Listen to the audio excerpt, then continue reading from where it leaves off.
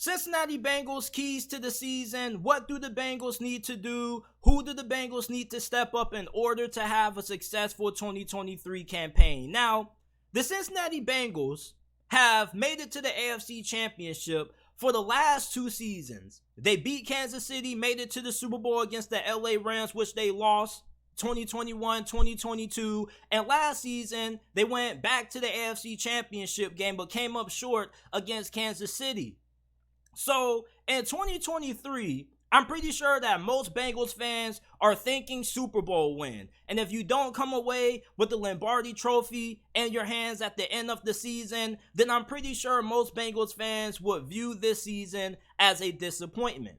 Now, for the Bengals to end up winning a Super Bowl this year and living up to those high expectations, they need this offensive line to finally give Joe Burrow some elite protection. Now, you thought the offensive line was going to be figured out last season if you were a Bengals fan, and you had good reason to think that. You spent a lot of money in free agency overhauling the offensive line, and most of your offensive line signings hit last season. The interior of your offensive line was pretty solid when everybody was healthy, but you didn't get good play from your 2 offensive tackles last year. La'el Collins wasn't good. He was a massive disappointment, and Jonah Williams wasn't good neither at left tackle. So how do you address that situation? Well, you pay top money to sign left tackle Orlando Brown, who played for the Kansas City Chiefs last year. Now, he's going to be replacing Jonah Williams at left tackle, and you really need him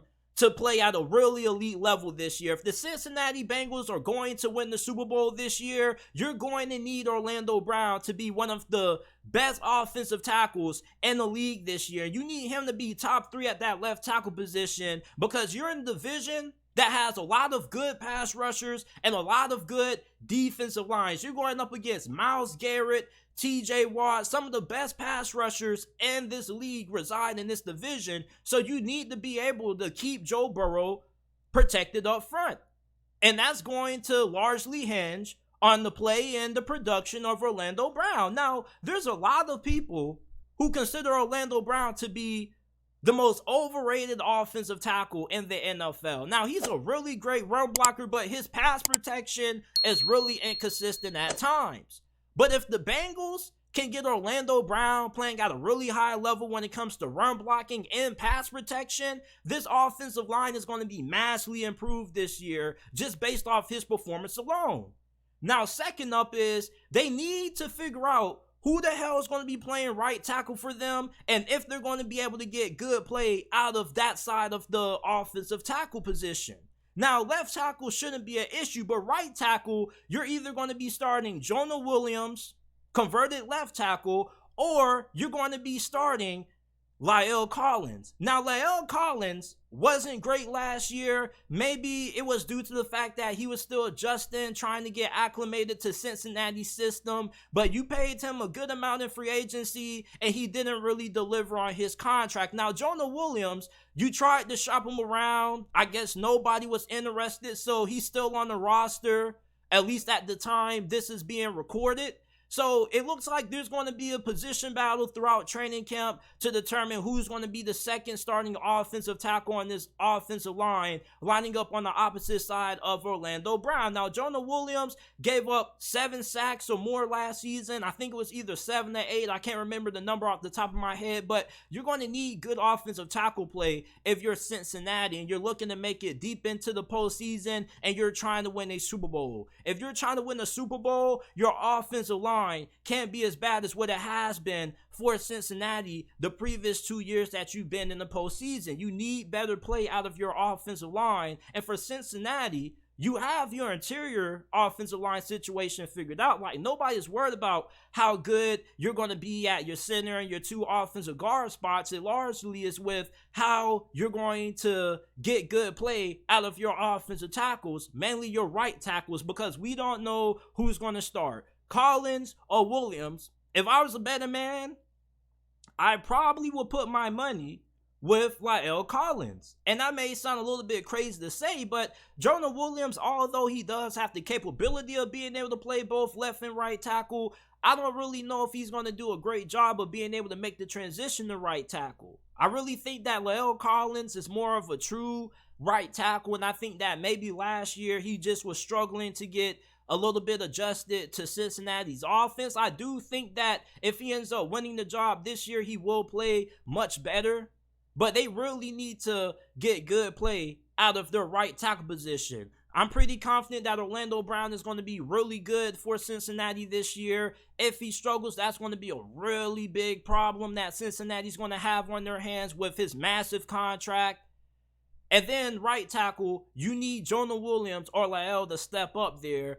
And then when we flip to the opposite side of the football, the defensive side, you have some huge concerns on your secondary. Now, you have talent there, but you have unproven talent there. It's going to be a difference going from Von Bell and Jesse Bates to having some new guys that not too many fans are familiar with in the back end of your secondary. Now, one of those guys is going to be second-year safety Dax Hill. Cincinnati needs him to have a breakout year. This was somebody who was a first-round pick in last year's draft by the Cincinnati Bengals coming out of Michigan. Dax Hill was one of the more freakish athletes coming out of last year's draft class. This dude has elite athleticism. He's like a pinball ball. You can line him up at safety and the slot at cornerback, and he can make a lot of plays for you due to how explosive he is when it comes to getting after the football, hauling down ball carriers. He also is pretty solid in coverage, so you can do a lot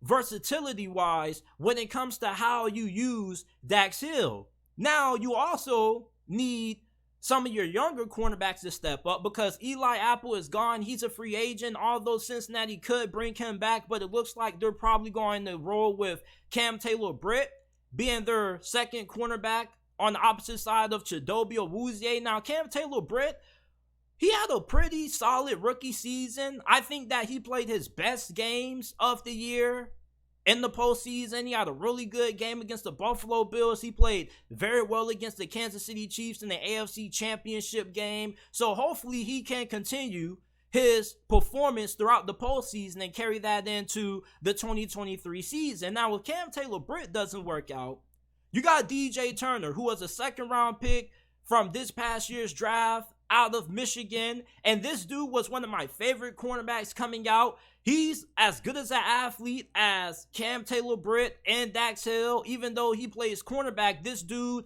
has very good technique. He also has very great athleticism, and he's a physical, aggressive cornerback that can get in your face and really disrupt timing with these wide receivers when it comes to getting off the line. So if Cam Taylor-Britt ends up struggling and not working out, if you're Lou Anarumo, you can go ahead and throw DJ Turner into the mix there. So you're going to need big play out of whoever's going to be your second cornerback this year. We know what Chidobe Awuzie brings to the table when he's able to stay fully healthy. Now you're going to need your second cornerback spot to not be a concern, and you're going to need it to be a strength for this defense to be fully functional. So these are my Cincinnati Bengals keys to the season. What the Cincinnati Bengals need to do to have a successful season. Let me know what are some keys to the season that you guys have for the Bengals down in the comment section down below.